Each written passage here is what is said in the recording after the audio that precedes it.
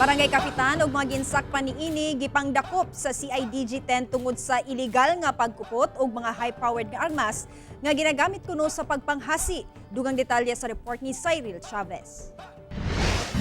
Pinasikad sa search warrant, gironda sa sakop sa Criminal Investigation and Detection Group kung CIDG Region 10 ang balay sa Kapitan sa Barangay Lakulak, Baungon, Bukidnon tungod sa reklamong armado kini og nagapanghasi sa lugar.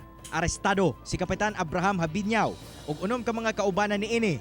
Lakip sa mga nadakpan ang anak ni Kapitan ug kagawad sa barangay nga si Ramil Habinyaw, kagawad Elias Sarepa, Virgilio Sarepa ug Barangay Administrator Randy Sabanto ug Rolly Habinyaw.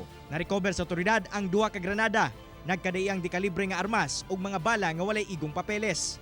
So ang giiwasan man ko nato ani nga they will be used para sa ilang proteksyon o kanag-iingon nila nga pag-build up sa ilang private armed groups. Sumala pa nga duha ka bulan nga surveillance ang gipahigayon sa CIDG aron sa pagtino nga tinuod ang reklamong gasuroy-suroy ang mga sospek sa lugar, dala-dala ang ilang armas nga nakahasi sa mga residente.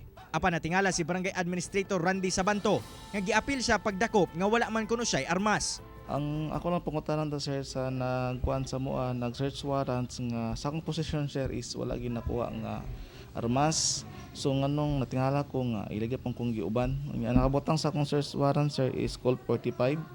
So wala gid sa akong posisyon. They have the law on their side or they can answer this in the proper forum.